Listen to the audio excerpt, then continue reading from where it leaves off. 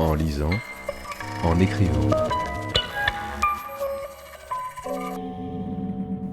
Le podcast de lecture versatile de Pierre Ménard.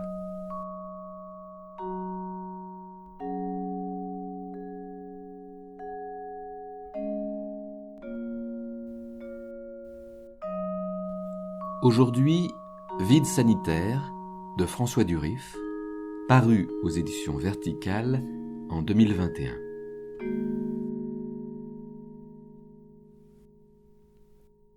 À sa sortie des Beaux-Arts, François Durif devient croque-mort pendant 3 ans pour gagner sa vie, avant de retrouver finalement une pratique artistique. L'auteur décrit son quotidien aux pompes funèbres, chronique ses passages à vide, revenant sur son enfance, sa découverte des lieux de drague homosexuelle à Paris et son parcours artistique.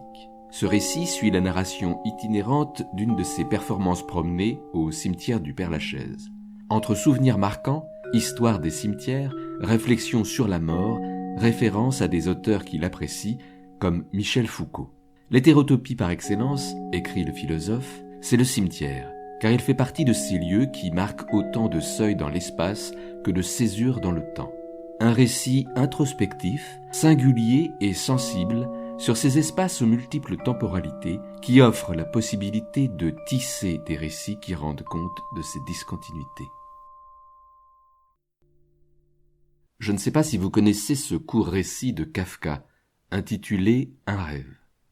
Lors d'une performance, ici, je l'ai lu in extenso en guise d'ouverture.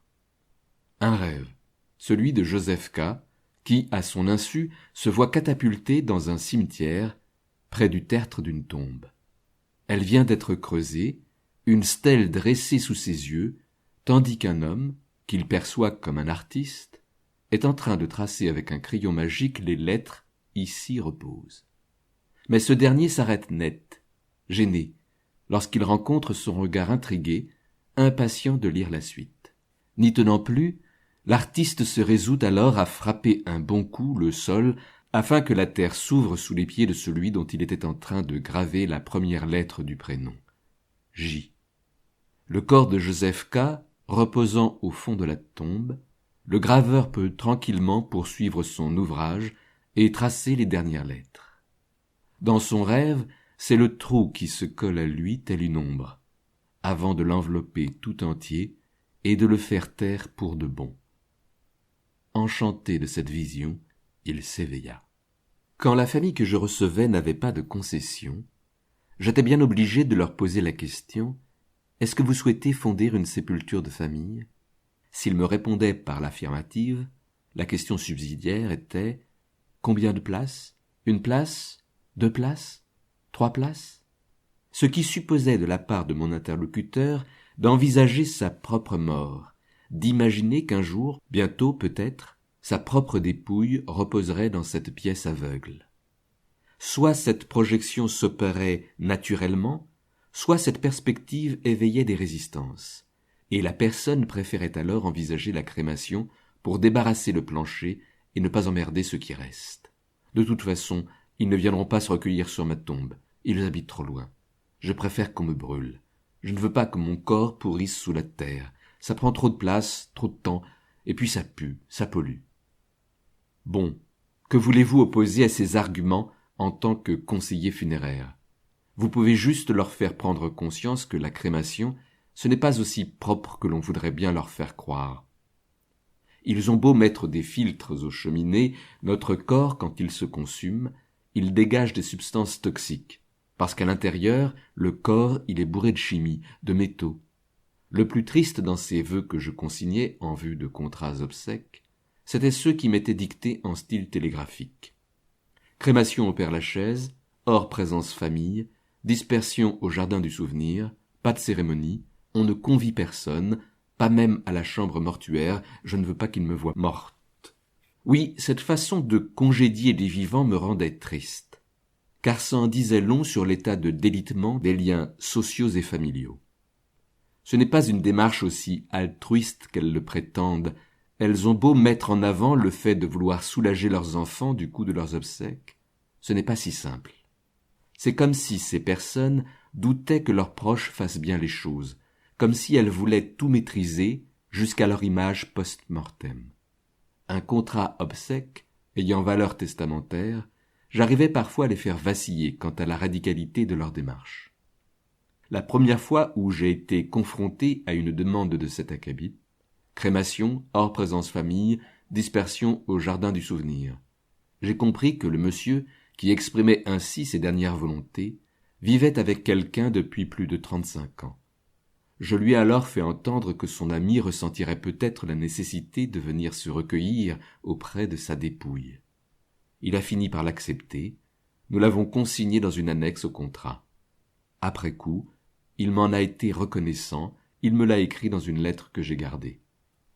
Nous allons nous diriger vers l'enclos juif dont je vous ai parlé tout à l'heure, par cette belle allée de marronniers que Sophie m'avait indiquée il y a quelque temps déjà. Elle me fait l'amitié d'être là aujourd'hui. Son atelier étant situé boulevard de Ménilmontant et son appartement du côté de la place Gambetta, elle traverse le Père-Lachaise tous les jours. C'est devenu son territoire, où elle peut exercer son œil d'artiste architecte. Aussi, cette avenue bordée de marronniers n'est-elle pas exactement comme celle que l'on voit à l'extérieur, dans la ville, puisqu'au bout de celle-ci, ce sur quoi le regard bute, c'est le mur d'enceinte. Il nous faudra le longer en zigzagant entre les tombes. À ses débuts, ce carré juif était lui-même séparé du reste du cimetière par un muret, ce qui n'est plus le cas aujourd'hui. La fin des carrés confessionnels date de 1881, mais il est fréquent d'en trouver dans des cimetières de banlieue, comme celui de Thiais, où je voudrais organiser prochainement une promenade. Dès le premier regard, je peux vous assurer qu'il ne fait pas le même effet que le Père-Lachaise, il n'appelle pas la même parole. En revanche, leur point commun, c'est qu'ils relèvent tous deux de cette notion d'hétérotopie mise à jour par Michel Foucault lors d'une conférence tenue devant des architectes en 1967. Selon lui, l'hétérotopie par excellence, c'est le cimetière, car il fait partie de ces lieux qui marquent autant de seuils dans l'espace que de césures dans le temps. En tant que contre-espace, il est la réverbération des espaces alentours, tout en refermant sur un même site plusieurs temporalités. Lieu de montage, il offre ainsi la possibilité de tisser des récits qui rendent compte de ces discontinuités. Au texte qui aborde les hétérotopies est accolé celui intitulé « Le corps utopique ». D'emblée, ce qui m'émeut, c'est le regard très sévère que Foucault porte sur lui-même. Et c'est dans cette vilaine coquille de ma tête, dans cette cage que je n'aime pas, qu'il va falloir me montrer et me promener. À travers cette grille qu'il faudra parler, regarder, être regardé.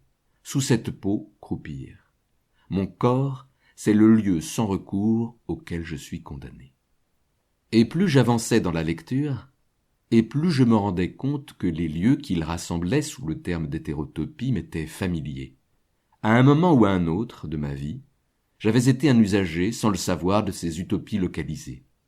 Finalement, je n'ai fait que rôder dans des hétérotopies, et cette pratique s'est intensifiée durant les années pompes funèbres, alors que je me rendais indifféremment dans les chambres mortuaires des hôpitaux, les maisons de retraite, les églises, les temples, les cimetières, les crématoriums. Depuis ma venue à Paris, j'avais déjà pris le pli de fréquenter les musées, les bibliothèques, les White Cubes, des galeries d'art contemporain, les dark rooms des bordels, les lieux de drague homosexuelle dans l'espace public, comme si je trouvais là un abri, tout en y recherchant un danger, comme si ma solitude y était plus tolérable. Chacun déambulant dans sa cage, j'y côtoyais d'autres solitudes, m'y cognais, cela me suffisait. Or, parmi tous ces lieux qui se distinguent les uns des autres, il y en a qui sont absolument différents, des lieux qui s'opposent à tous les autres, qui sont destinés en quelque sorte à les effacer, à les neutraliser ou à les purifier. Ce sont en quelque sorte des contre-espaces. Ces contre-espaces, ces utopies localisées, les enfants les connaissent parfaitement. C'est à ce moment-là que Foucault évoque le lit des parents qui devient bateau, sur lequel on découvre l'océan, le grenier dans lequel on trouve refuge, la cabane au fond du jardin, la tente d'Indien, ces recoins où l'enfant se construit tout un monde. En me remémorant ce texte ce matin, je me suis demandé quel espace avait bien pu jouer ce rôle dans la maison de mon enfance. Elle ne possédait en effet ni cave, ni grenier. Construite à Issoire, au milieu des années 60, l'architecte n'avait guère tenu compte de son ancrage sur le terrain. Pour rendre viable la baraque, la partie habitée avait donc été surélevée par le maître d'œuvre. Au niveau du rez-de-chaussée se trouvait une sorte d'espace aveugle qu'on appelait le vide sanitaire. On y accédait par une porte métallique carrée, un peu en hauteur, dans la chaufferie, pièce attenante au garage. Enfant, c'est dans cette chaufferie que je jouais des après-midi entiers, seul ou avec ma sœur Sylvie. Elle m'apprenait à écrire sur le tableau noir peint par mon grand-père. La craie n'accrochait pas trop bien sur la peinture brillante. On venait s'y réfugier parce que ma mère avait l'habitude d'aérer très longtemps nos chambres. C'était la maison au courant d'air. On s'y caillait bien un peu.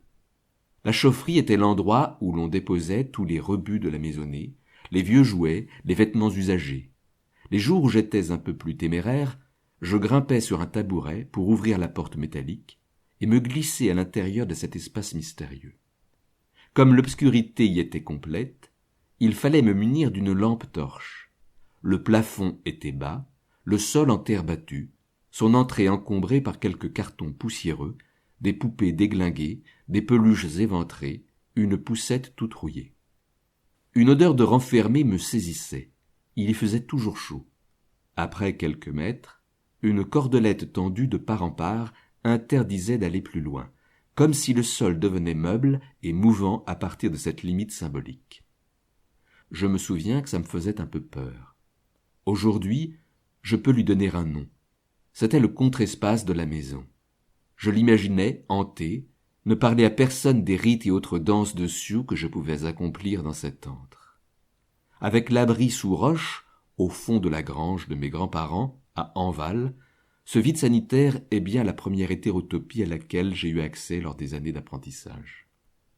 Sorte de dark room glissé sous la maison, cela annonçait la suite, la destinée du gamin. Un petit pédé qui n'allait pas tarder à se perdre dans le dédale en s'enfonçant, seul dans le noir.